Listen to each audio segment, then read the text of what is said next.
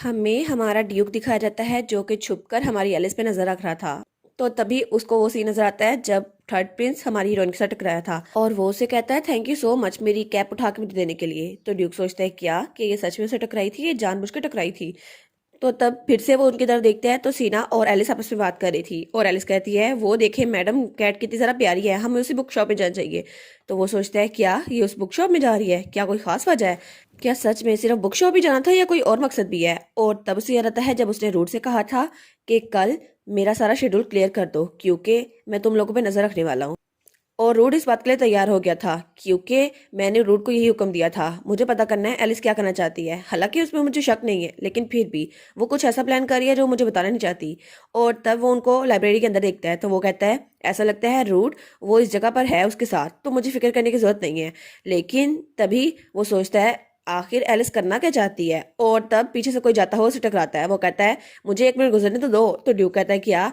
तो फिर वो आदमी कहता है मुझे माफ कर दो, मुझे तुमसे टकराना चाहिए था। तो ड्यूक कहता है नहीं नहीं कोई बात नहीं, तुम जाओ तुम्हें जहां जाना है। लेकिन तब वो दोबारा से लाइब्रेरी के अंदर देखता है तो वहां पर एलिस गायब थी। वो कहता है क्या एलिस, अब वो कहाँ पर चली गई, अभी तो वो यहाँ पर थी। और उसके बाद हमें फिर से वही सीन दिखा देता है जहां पर हमारी एलिस और थर्ड प्रिंस के सामने वही लुटेरे थे। वो कहते हैं ओ माय गॉड आज तो हमारे पास 2 कस्टमर आए हैं। तो हमारी वो सोचती है क्या क्या मुझे थर्ड प्रिंस के साथ भाग जाना चाहिए, लेकिन अगर हम पकड़े गए फिर तो ज्यादा प्रोवोक करेंगे हम इन्हें, इनका गुस्सा ज्यादा हो जाएगा। तो तभी उस लुटेरे का हाथ थर्ड प्रिंस पकड़ लेता है। वो कहता है इस औरत को हाथ मत लगाना, तुम्हें जो भी मसला है मुझसे बात करो। वो कहता है क्या आखिर अब तुम कौन हो, एक ऐसा आदमी जिसकी लाल आंखें हैं जो कि बदकिस्मती की अलामत है, मैं तुमसे बात क्यों करूंगा। तो तब वो अपना हाथ पीछे कर लेता है तो वो सोचती है हाँ बिल्कुल थर्ड प्रिंस के पास एक स्पेशल एबिलिटी है, क्या वो अपनी इस एबिलिटी को यूज करेगा ताकि वो मुझे और अपने आप को बचा सके। हाँ वो ऐसा कर सकता है, लेकिन उसका ख्याल ख्याल रह जाता है क्योंकि थर्ड प्रिंस अगले ही पल जमीन पे गिरा हुआ था। वो कहती है क्या ये जमीन पे गिर गया। तो लुटेरे कहते हैं ऐसा लगता है तुम तो हमारा एक मौका भी बर्दाश्त नहीं कर सकते, और तुम्हारी आंखें ये तो है ही रेड। तो हमारी सोचती है क्या अभी क्या हुआ, क्या गलत हुआ, इसने अपनी पावर यूज क्यों नहीं की। तो तब वो आदमी कहता है हमें लेडी को इंतजार नहीं करवाना चाहिए, अब तुम्हारी बारी है। तो हमारी हीरोइन सोचती है क्या क्या ये मेरी तरफ बढ़ रहा है। तो तब वो अपना ब्रोच निकालने लगती है। वो कहता है तुम्हारे पास जो भी है हमें दे दो, या फिर हम ये कहें यंग लेडी कि तुम्हें हमारे साथ जाना होगा। तो हमारी हीरोइन सोचती है क्या ये मुझे मारने वाले हैं। तो तब वो अपना ब्रोच निकाल के अपने हाथ पकड़ लेती है। वो कहती है ठीक है तो तुम लोगों में से मुझे किसके साथ जाना होगा।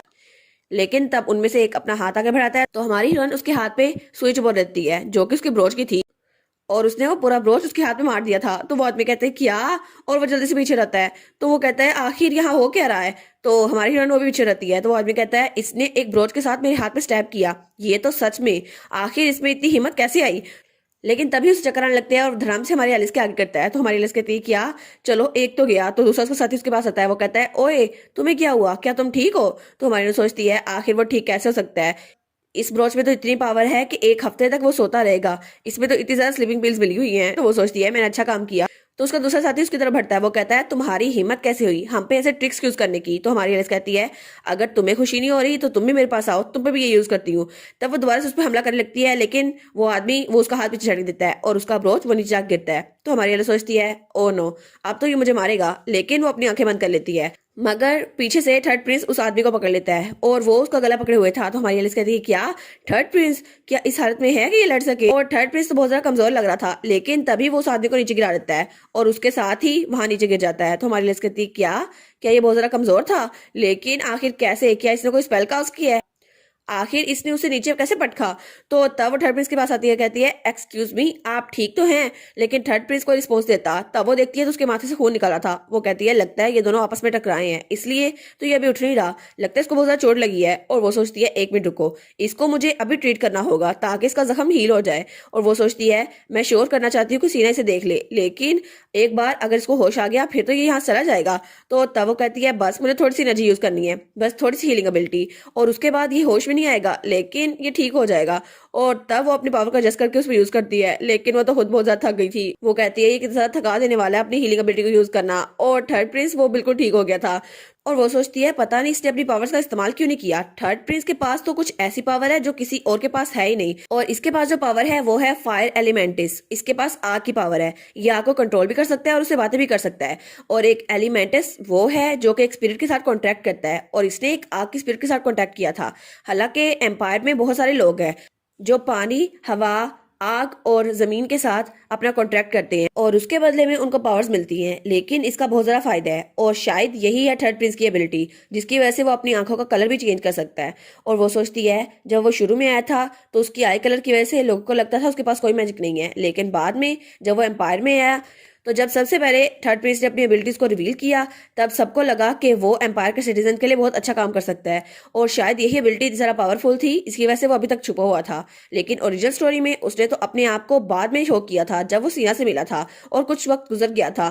तो तभी वहां पर सीना और रूड आते हैं, उसका गार्ड। वो कहते हैं, माई लेडी आप ठीक तो हैं? तो हमारी सोचती है, चलो ये आ तो गए। तो तब वो लोग वहां पे पहुंच गए थे और वो कहते हैं, क्या ये सिचुएशन कैसी है, ये लोग यहाँ पे कैसे पड़े हुए हैं? तो तब सीना कहती है, मैडम आपके चेहरे पे तो एक वाउंड है। वो कहती है, क्या मेरे चेहरे पे जख्म? तो उसमें छोटा सा कट लगा हुआ था। तो तब सीना उसके आगे रहती है, वो कहती है, एक मिनट, ये लाल आंखों वाला वही है ना जिससे आप पहले टकराई थी? क्या ये भी उन गुंडों के साथ इन्वॉल्व है? क्या इसने आपको हार्म करने की कोशिश की? तो हमारी कहती है, क्या हार्म करने की? वो कहती है, नहीं नहीं सीना, तुम गलत समझ रही हो, ये वो आदमी जिसने मेरी जान बचाई थी और आखिर में अकेले इन सब का सामना कैसे कर सकती थी? तो सीना कहती है, जी माय लेडी, लेकिन क्या ये मर चुके हैं? तो हमारी कहती है, नहीं नहीं, ऐसा लगता है ये लोग बेहोश हुए हैं। तो तब सीना कहती है, अगर ऐसा ही है फिर तो मैं अपनी पावर यूज करके इनको जान से मार डालूंगी। तो हमारी कहती है, सीना मैं तो बस रेस्ट करना चाहती हूँ, तुम इन्हें ना मारो। वो कहती है, हाँ हाँ आप तो बहुत ज्यादा डर गई होंगी। तो हमारी कहती है, जी बिल्कुल, मैं तो बहुत ज्यादा डर गई थी। और वो सोचती है, ये और उसका भाई दोनों एक जैसे हैं, दोनों चाहते हैं कि किसी ना किसी को मार डाले। तो तब पीछे से रूट कहता है, यंग लेडी आप तो कुछ बताए बगैर ही डिसअपेयर हो गई थी, आपको पता है ना कि आज आप कितनी लकी है जो आप बच गई, अगर आपको कुछ हो रहा था तो फिर। और वो तो बड़ा जरा घबराया हुआ था।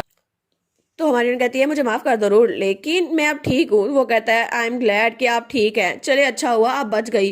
तो तब सीना कहती है, लेकिन आखिर आपने बुक स्टोर छोड़ा क्यों था? वो कहती है, असल में मुझे एक बिल्ली के रोने की आवाज आई थी और मुझे पता नहीं चला मैं यहाँ पर आ गई। तो सीना कहती है, क्या एक बिल्ली? लेकिन आप बिल्ली के पीछे क्यों आई थी? तो तब हमारी बहन कहती है, ओह वो तो मुझे चक्कर आ रहे हैं, और वो गिरने का नाटक करती है। तो सीना कहती है, माय लेडी आप ठीक तो हैं? तो रूट कहता है, आप इस सबको मुझ पे छोड़ दे, आप बस ड्यूक के घर वापस आए और थोड़ा आराम करें। तो तब हमारी कहती है, एक मिनट रुको, आखिर जिस इंसान ने मेरी जान बचाई है मुझे उसको अपने घर वापस लेकर जाना है और मैं इसको ट्रीटमेंट के लिए अपने साथ लेकर जा रही हूँ। और वो सोचती है, फाइनली अब मैं थर्ड प्रिंस और कैलियस के दरमियान एक मीटिंग अरेंज कर सकती हूँ। इसकी वजह से थर्ड प्रिंस वो कैलियस की नजरों में आ जाएगा और फिर तो कैलियस को सेकंड प्रिंस को सपोर्ट करने की जरूरत ही नहीं पड़ेगी, फिर तो स्टोरी बड़ी स्मूथली चलेगी, है ना? और इसी के साथ हमारा सीजन 1 यहीं पे कंप्लीट। तो सीजन 1 में हमारी हीरोइन एलिस और हमारे ड्यूक कैलियोस की थोड़ी सी स्टोरी चली है।